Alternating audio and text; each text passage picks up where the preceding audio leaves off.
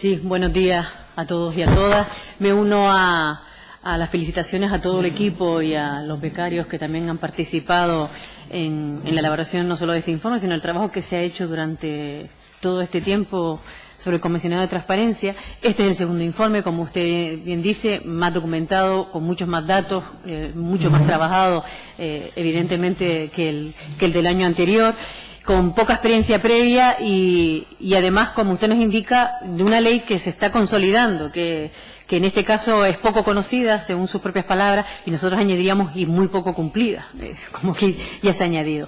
Usted habla de que este documento legal no está aún consolidado, como decía, pero la realidad es que la transparencia es mucho más que cumplir una ley. Usted lo comentaba antes, es una forma de gobierno, es una forma de hacer política. Y si nuestros gobernantes, si los políticos que tienen esa responsabilidad de gestión no son capaces de entender lo que significa el concepto de transparencia dentro de su gestión, difícilmente una ley va a paliar lo que no están convencidos de propia mano. También la transparencia lo que va a incidir es que haya más participación ciudadana en las políticas, algo que es una demanda real de los buenos gobiernos y de los gobiernos modernos y democráticos, que entendemos que es a donde debemos ir, a esa mayor participación. Y es imprescindible que haya transparencia para que haya participación ciudadana. Lo que no se ve, lo que no se conoce, no existe. Eso lo hemos explicado, esta frase la hemos repetido muchas veces en nuestras intervenciones cuando hablamos de transparencia, y es así. No puede haber participación si no se conoce qué es lo que se está gestionando en el gobierno o en cualquier institución.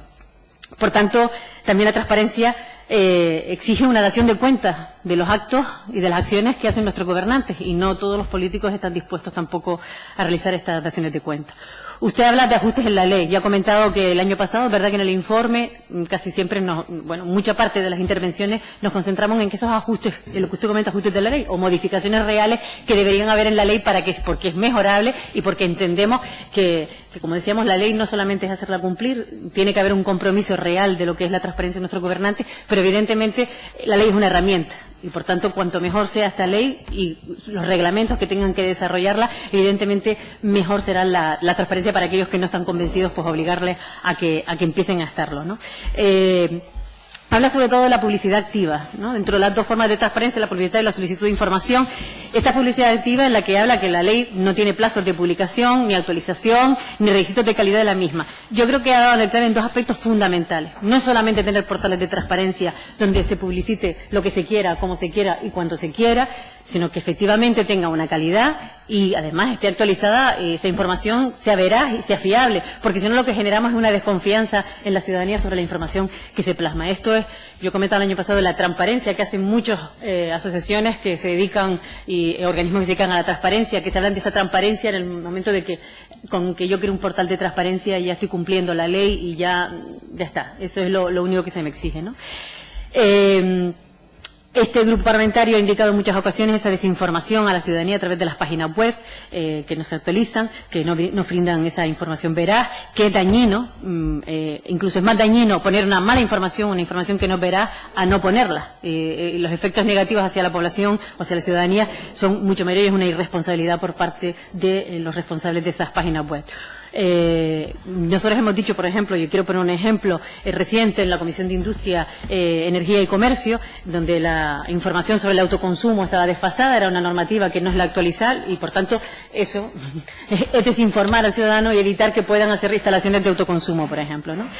Los incumplimientos sobre la publicidad activa, además, de los contratos menores, algo que usted incide también en su informe, demandados por ellos son continuamente incumplidos por parte de las administraciones. También queremos poner un ejemplo, en este caso del Cabildo del Hierro, el más incumplidor de todos los cabildos insulares, y que en este caso este ejemplo lo ponemos porque precisamente es una solicitud de información de un consejero de Podemos en la institución en la que se le fue desestimada esa información que, repito, tienen la obligación por ley de que sea publicidad activa, y en este caso es una solicitud de información por no cumplir lo que dice la ley, y su informe, su resolución, que aquí está, estamos pendientes de que se cumplan esos 15 días hábiles que tiene el Cabildo para responder.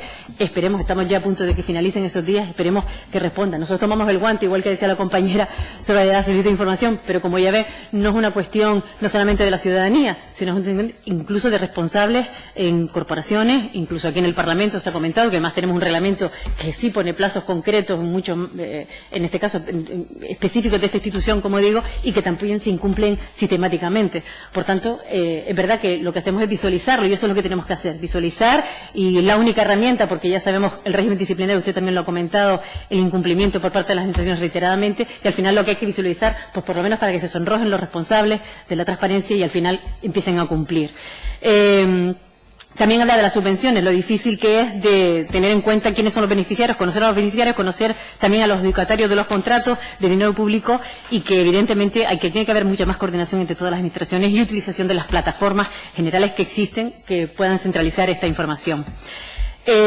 También aquella información que es más demandada, una reflexión que hace y creemos que es muy importante. La información que es más demandada debe convertirse en publicidad activa. Estamos totalmente de acuerdo con usted. Es más, creemos que cuando se solicita información, los mecanismos que deben ponerse en marcha para devolver, para contestar, responder a esa solicitud de información, muchas veces requieren mayores esfuerzos, mayores medios, tanto humanos como técnicos, para explicarnos, para poder responderlo. Mientras que la publicidad activa, en el momento en que se instaura en las instituciones, creemos que al final requiere de menos medios y además hacerlas en el momento, creemos que es una buena acción, a la larga requiere al final de menos medios, y por tanto eso es hacer una buena gestión dentro del gobierno de transparencia y es aplicar, estoy convencida que las instituciones lo saben, lo que tienen que hacer es aplicar el conocimiento que tienen, ¿no? También compartimos su reflexión sobre el hecho de que en las licitaciones públicas sea obligatorio el establecimiento de plazos máximos para el envío de información, que no dependan de los pliegos los que se recoja o no, y la aplicación de sanciones en este caso por incumplimientos. Al final esta ley no se cumple porque no pasa nada si se incumple. Además de su observación sobre la no dependencia de un requerimiento, ¿no? Todo esto es para no crear desigualdades en el hecho de que la información llegue a todos y a todas a ese derecho fundamental. Nos habla de un régimen disciplinario que no se puede llevar a la práctica, sanciones muy leves y dificultades en concretar el límite también de las obligaciones de los responsables de la transparencia y de los órganos de decisión de las publicaciones dentro de las propias instituciones. Es decir, esas, ya no le digo en organismos o entidades privadas, donde apenas se contempla esa responsabilidad respecto al régimen de exigencia de los cumplimientos. En sus conclusiones, además, indica la dificultad de tener datos fidedignos sobre las peticiones de información debido a las estructuras de muchas instituciones en las que, bueno, esa solicitud de información no se recogen como transparencia, sino que cada estructura dentro de una institución pues no se coordina con respecto a las solicitudes de información. También compartimos la advertencia que hace acerca de la introducción de la transparencia en los quehaceres cotidianos de todas las instituciones dentro de los procedimientos, concretando los órganos competentes y una mayor y mejor organización de los medios personales, materiales y técnicos. Las recomendaciones sobre la reglamentación que usted tiene en la página 36 del punto 7 las compartimos, no las voy a reiterar, están en el informe, y a su vez también se refiere a los medios que tienen su unidad, cosa que ya se ha reiterado, y bueno, como en todas las administraciones, los recortes de las plantillas han mermado la capacidad de todas las instituciones, de muchas unidades, con mayor incidencia a veces en áreas de gran sensibilidad, de ahí la necesidad de acabar con las tasas de reposición, que en este caso no dependen de la comunidad autónoma, que no tienen en cuenta, entre otras cosas, cada una de las situaciones reales de las instituciones públicas y de las necesidades. Reflexiona y pone ejemplo de la mediación, que nos parece también muy interesante como forma de resolución de las reclamaciones a los incumplimientos, esas resoluciones que al final quedan sin contestación. Apoyamos que se pueda hacer esta herramienta, creemos que es una herramienta muy importante para imponer, para desarrollar, para convencer en esta cultura de transparencia, implementar esos hábitos en el quehacer día a día de todas las instituciones públicas. Una de las demandas más claras, y esto incidimos con lo que hemos comentado muchas veces en otros informes de transparencia, es la no exigencia de identificación por parte del solicitante, que usted también recoge en su informe, conforme al convenio número 205 del Consejo de Europa, que ya contamos, como digo en el informe anterior. El Consejo del Poder Judicial es claro sobre el derecho fundamental a la información, que debe incidir en la que la información sea accesible y no de quienes pueden acceder a ella. Por otro lado, la falta de resoluciones al acceso a la información o transparencia continúa sin estar resuelta, por lo que se hace que el acceso no sea efectivo y que los órganos responsables sean ineficientes, abocando a un contencioso administrativo que usted comentaba y también reflexionaba ahora mismo en su intervención sobre, además, la capacidad que pueda tener la ciudadanía a acceder a esos contenciosos cuando no es resuelta su solicitud de información. Esto tiene que ver con el silencio. El silencio no puede ser negativo en una ley de información, tiene que ser muy excepcional. El derecho a la información, como digo, decimos, es un derecho fundamental. La costumbre de no resolver expresamente, como tendría que hacer la Administración, es un hecho que cada vez asume más la Administración, no solamente en un procedimiento, sino en muchísimos procedimientos, y esto tenemos que erradicarlo de un buen gobierno. Desde el Grupo Parlamentario de Podemos creemos firmemente que el principio de transparencia es un eje fundamental en la relación con los ciudadanos, con las distintas administraciones públicas, y que tiene que haber una verdadera transparencia como decía, relacionada con la participación real de la ciudadanía y una colaboración ciudadana en todos los aspectos. Lamentablemente, la transparencia para los partidos que están en el poder es solo declarativa, pero no activa, no es real. Y la información, como hemos dicho muchas veces, debe ser de todos y de todas. Dentro de la primera administración no hay cultura colaborativa. La coordinación dentro de una misma institución, sobre todo instituciones grandes, es complicada. Ya no le digo la interadministrativa entre administraciones, y es totalmente escasa e insuficiente, con lo cual dificulta la transparencia.